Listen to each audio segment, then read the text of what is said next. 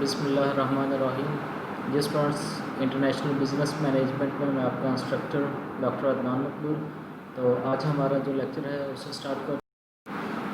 हमारे पास जो first lecture था उसमें हमने डिफरेंट जो कॉन्टिनेंट्स हैं उनको डिस्कस किया था।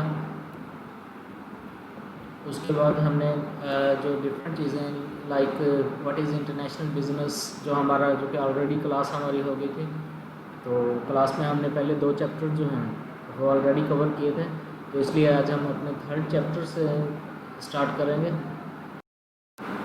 Before starting our 3rd chapter we again repeat what is international business management. Actually international business consist of transactions. ये ट्रांजैक्शंस होती हैं जो अदर कंट्रीज़ के साथ जो कंसिस्ट करती हैं कि एक कंट्री का दूसरे के साथ एक जगह से दूसरी जगह जो भी जितनी भी ट्रांजैक्शंस होती हैं वो इंडिविजुअल्स की हों, कंपनीज़ की हों, ऑर्गेनाइजेशंस की हों, तो उसको हम इंटरनेशनल बिजनेस जो है वो कंसिडर करते हैं। In the international business we know the internationalisation of capital. तो इंटरनेशनलाइजेशन ऑफ कैपिटल है, उसमें आगे फर्दर जो है इंटरनेशनलाइजेशन ऑफ कॉर्पोरेट माइंडसेट होता है, इंटरनेशनलाइजेशन ऑफ सप्लाई चेन होता है, इंटरनेशनलाइजेशन ऑफ मार्केट प्रेजेंस होता है, कि ये सारी की सारी चीज़ें मिल के इंटरनेशनल बिजनेस को बनाती हैं। So we also must know that why we need international business. International business का तो हमें पता चल गया कि जी ट्रांजैक्शंस जो होती हैं कंपनीज़ की, इंडिविजुअल्स की या ऑर्गेनाइजेशंस की एक कंट्री से दूसरे कंट्री के आपस में जो होंगी ट्रांजैक्शन वो इंटरनेशनल बिजनेस होगा। तो इसमें why we need international business. There are few causes of internationalization such as offers consumers new choices,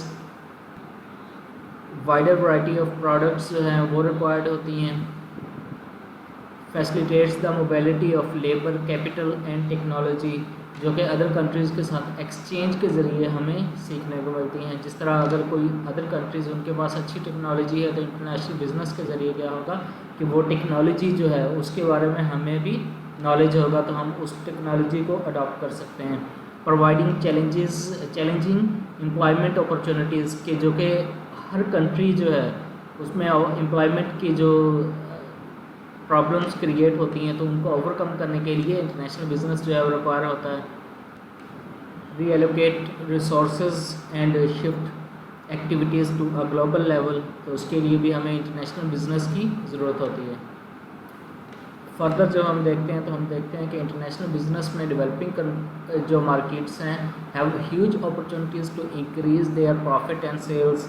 many multinational companies are locating their subsidiaries in low wage countries to take advantage of low cost production। के low cost production के लिए वो क्या करती हैं जो कि developing countries होती हैं, इमर्जिंग कंट्रीज़ होती हैं, उनकी तरफ जाती हैं। Trading block seeks to promote international business by removing trade and investment barriers. जो कि इन्वेस्टमेंट के बैरियर्स होते हैं गवर्नमेंट की तरफ से, समटाइम वो हो जाता है कि टैक्सेस लगा दिए जाते हैं तो उसको रिड्यूस किया जाता है इंटरनेशनल बिजनेस के ज़रिए। Changing demographics also add to increasing globalisation. Declining barriers जो हैं इंटरनेशनल बिजनेस में उसे हमने ऑलरेडी डिस्कस कर दिया।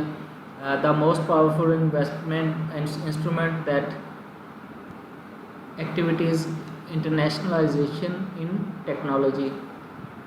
मोर इम्पॉर्टेंट कि रिसोर्स सीकिंग जो है कि अदर कंट्रीज़ के पास जो रिसोर्स होते हैं जिनको वो यूटिलाइज़ नहीं कर रहे होते तो उनको उनसे बेनिफिट लेने का एक पर्पज़ होता है इंटरनेशनल बिजनेस का। तो इंटरनेशनल बिजनेस जो है या इंटरनेशनलाइजेशन जो है इसका स्टार्टअप कहाँ से हुआ, that is started by GATT. तो गेट को जो कि फर्दर जो है उसमें चेंजेस करके उसमें बनाया गया था WTO, वर्ल्ड ट्रेड ऑर्गेनाइजेशन। अब जो है इसमें कुछ बेनिफिट्स होते हैं जो क्रिएट होते हैं इसके इंटरनेशनल बिजनेस की वजह से। वो कौन कौन से होते हैं? That consist of productive flexibility के डिफरेंट रेंज जो है प्रोडक्ट्स की वो उसमें अवेलेबल हो जाती है। लेस कंपटीशन हो जाता है कि कंपटीशन जो है वो पहले से कम भी होता है और ज़्यादा भी, इसे हम हाई भी कह सकते हैं कि high competition. Increase investment opportunities again वही कि इन्वेस्टमेंट अपॉर्चुनिटीज़ जो हैं वो इंक्रीज़ हो जाती हैं। अगर आप सिर्फ अपने कंट्री के अंदर इन्वेस्ट करेंगे तो उसमें आपके पास अपॉर्चुनिटीज़ कम होती हैं। अगर यही इन्वेस्टमेंट जो है दूसरे कंट्री में जा की जाए तो वहाँ पे जो प्रॉफिट का जो मार्जिन है वो इंक्रीज़ हो जाता है।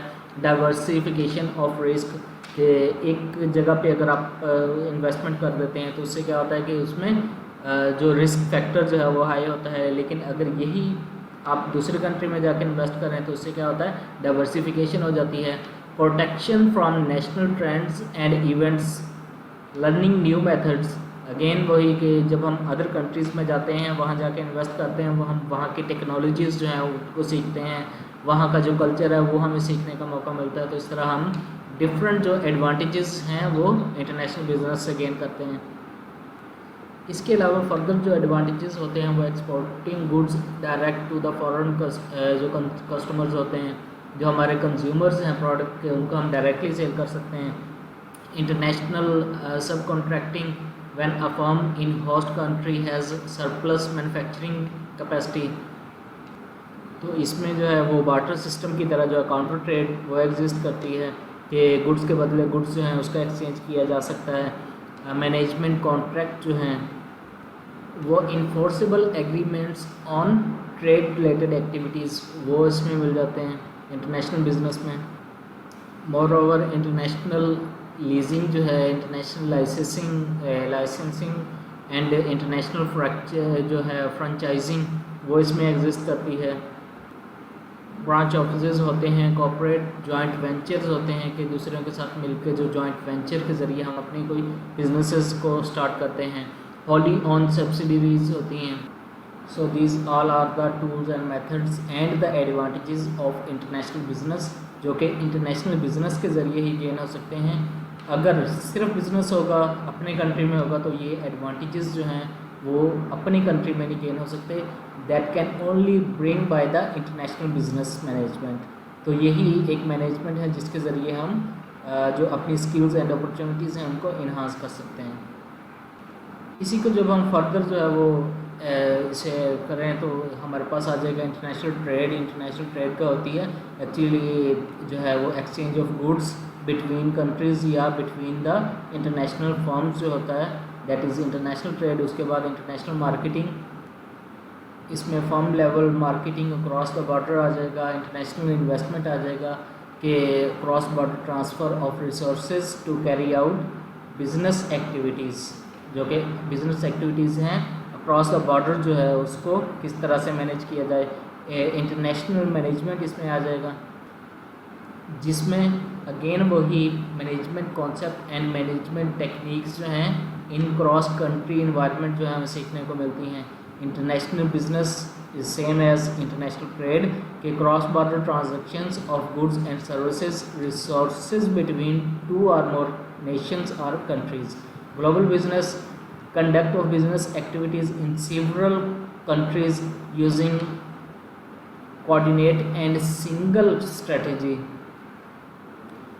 तो ये हमारा आज का जो है फर्स्ट लेक्चर वो इसमें आ जाता है कि जिसके अंदर जो है इंटरनेशनल बिजनेस के डिफरेंट जो है टूल्स एंड मेथड्स जो हैं वो डिस्कस किए गए, एडवांटेजेस डिस्कस किए गए कि इंटरनेशनल ट्रेड क्या होती है, इंटरनेशनल मार्केटिंग क्या है, international investment, international management, international business and global business जो है इसमें जो कि माइनर डिफरेंस है but there is a difference exist there.